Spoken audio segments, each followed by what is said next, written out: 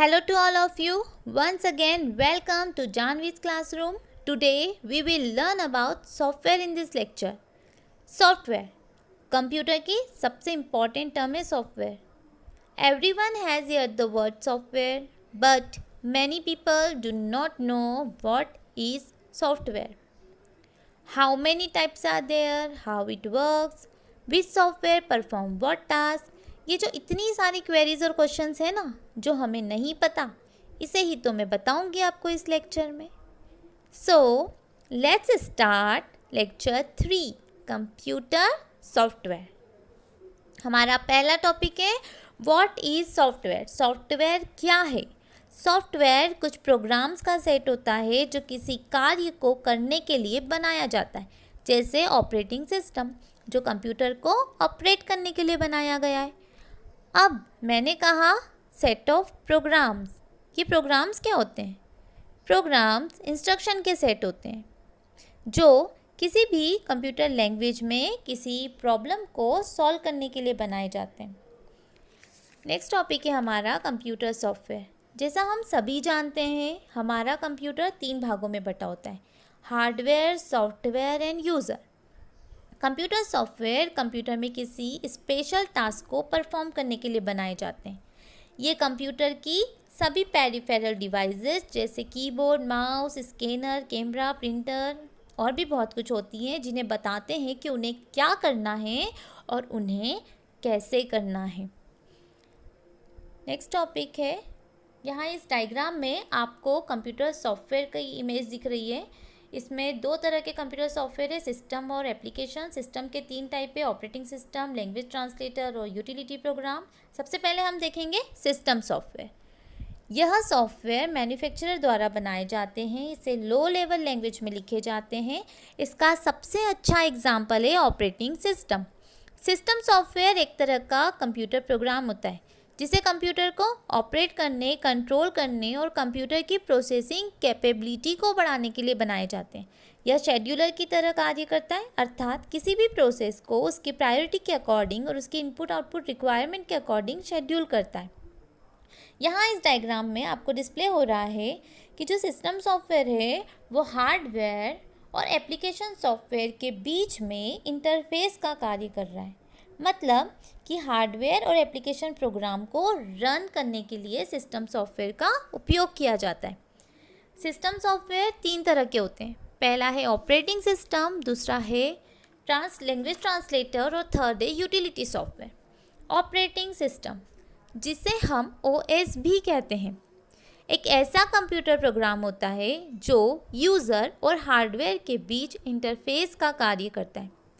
Computer की controlling और उसका मैनेजमेंट ऑपरेटिंग सिस्टम के द्वारा ही किया जाता है. इसे कंप्यूटर का बैकबोन कहते हैं. हमारे कंप्यूटर को अनऑथराइज्ड एक्सेस से बचाना, इनपुट आउटपुट डिवाइस का मैनेजमेंट करना, प्रोसेस का मैनेजमेंट करना, कंप्यूटर को ठीक प्रकार से उपयोग करने लायक सरल बनाना ऑपरेटिंग सिस्टम का ही कार्य है. बिना ऑपरेटिंग सिस्टम के हमारा कंप्यूटर रन नहीं हो सकता. विंडोज़, लाइनक्स, डॉस ये सभी ऑपरेटिंग सिस्टम के ही एग्जाम्पल हैं. अभी बहुत से नए नए वर्जन्स भी आ गए हैं जो GUI सपोर्टेबल होते हैं. ये सब ऑपरेटिंग सिस्टम के टाइप्स हैं. नेक्स्ट टॉपिक है लैंग्वेज ट्रांसलेटर. लैंग्वेज ट्रांसलेटर, जैसा हम सब जानते हैं हमारा कंप्यूटर मशीन लैंग्वेज पे काम करता है, मतलब 0 और 1 पे. Language translator high level language program को जो यूज़र इनपुट देता है उसे मशीन अंडरस्टेबल फॉर्म, मतलब कि मशीन लैंग्वेज में कन्वर्ट करता है. लैंग्वेज ट्रांसलेटर 3 तरह के होते हैं: कंपाइलर, इंटरप्रेटर एंड असेंबलर. पहला है compiler. Compiler high level language को मशीन लेवल लैंग्वेज में कन्वर्ट करता है. ये पूरे प्रोग्राम को एक इनपुट की तरह लेता है. ये इंटरप्रेटर से फास्ट होता है. क्यों? क्योंकि ये पूरे प्रोग्राम को एज ए इनपुट ले रहा है तो इसकी प्रोसेसिंग, इसका एग्जीक्यूशन क्या होगा? फास्ट होगा. कंपाइलर पूरे पेज को एक साथ कन्वर्ट करता है तो इसमें एरर करेक्शन और डिटेक्शन थोड़ा सा टफ होता है. कंपाइलर में डीबगिंग थोड़ी स्लो होती है. स्लो इसीलिए होती है क्योंकि ये पूरे पेज को एक साथ कन्वर्ट करता है, तो एरर जो होती है वो एक लिस्ट जनरेट होती है, और लिस्ट जनरेट होती है तो उसमें एरर का डिटेक्शन करना और एरर को करेक्ट करते जाना या रिमूव करते जाना थोड़ा सा प्रॉब्लमेटिक हो जाता है, तो इसीलिए इसमें डिबगिंग स्लो होती है। यहाँ इस डायग्राम में आप देख रहे हैं ये जो सी लेवल लैंग्वेज में कोड लिखा हुआ है, कंपाइलर की हेल्प से मशीन लेवल लैंग्वेज में कन्वर्ट कर दिया गया है। नेक्स्ट टॉपिक है इंटरप्रीटर। इंटरप्रीटर भी एक ट्रांसलेटर ही है जो कंपाइलर की तरह कार्य करता है। ये हाई लेवल लैंग्वेज को मशीन लेवल लैंग्वेज में कन्वर्ट करता है, पर जहाँ कंपाइलर पूरे पेज को एक ही बार में कंपाइल करता है, वहीं interpreter line by line code को स्कैन और ट्रांसलेट करता है। इसका मतलब ये हुआ कि इंटरप्रीटर सिंगल इंस्ट्रक्शन को इनपुट की तरह लेता है। यह कंपाइलर से ज़्यादा एग्जीक्यूशन टाइम लेता है क्योंकि लाइन बाय लाइन कर रहा है, थोड़ा स्लो होता है, बट इसमें डीबगिंग कंपाइलर के कंपैरिजन में फास्ट होती है। यहाँ जैसे इस डायग्राम में आपको दिख रहा है, इंटरप्रीटर लाइन बाय लाइन जो भी इंस्ट्रक्शन है उससे क्या कर रहा है, कन्वर्ट कर रहा है, स्कैन करके ट्रांसलेट कर रहा है, वहीं कंपाइलर पूरे पेज को एक साथ कर रहा है। असेंबलर, पहले जो प्रोग्राम्स लिखते थे वो मशीन कोड में होते थे जो बहुत ही डिफ़िकल्ट होते हैं, हर कोई उसे नहीं समझ सकता था, तो असेंबली लैंग्वेज में जो कोड लिखे गए, कुछ निमोनिक कोड्स लिखे गए। ये जो निमोनिक कोड्स होते हैं, निमोनिक का मतलब भी होता है आसानी से समझ याद रहने वाला या समझ आने वाला। तो ये जो असेंबली लैंग्वेज है ना, इसमें ऑब्जेक्ट कोड को मशीन कोड में कन्वर्ट करने के लिए लिंकर की आवश्यकता होती है। लिंकर की हेल्प से जो असेंबलर है वो असेंबली लैंग्वेज को मशीन लैंग्वेज में कन्वर्ट करता है। यहाँ इस पिक में आपको डिस्प्ले भी हो रहा होगा कि ये जो कोड्स लिखे हुए हैं जैसे मूव, ऐड, EX, ये सब निमोनिक कोड्स हैं। असेंबलर लिंकर की सहायता से उसको ट्रांसलेट कर रहा है मशीन कोड में। देखिए आप इस डायग्राम में आपको पूरी तरह से क्लियर हो रहा होगा। नेक्स्ट टॉपिक है हमारा application software. Utility software. Utility software क्या होते हैं?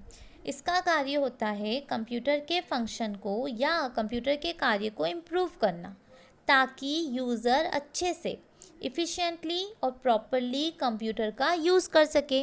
अगर हमें कोई भी सिस्टम रिलेटेड प्रॉब्लम होती है, जैसे हमारे सिस्टम में अगर वायरस हो जाते हैं, डिस्क फुल हो जाती है, तो ये जो यूटिलिटी सॉफ्टवेयर होते हैं वही उस प्रॉब्लम को सॉल्व करके हमारे प्रोग्राम को प्रॉपरली रन करते हैं।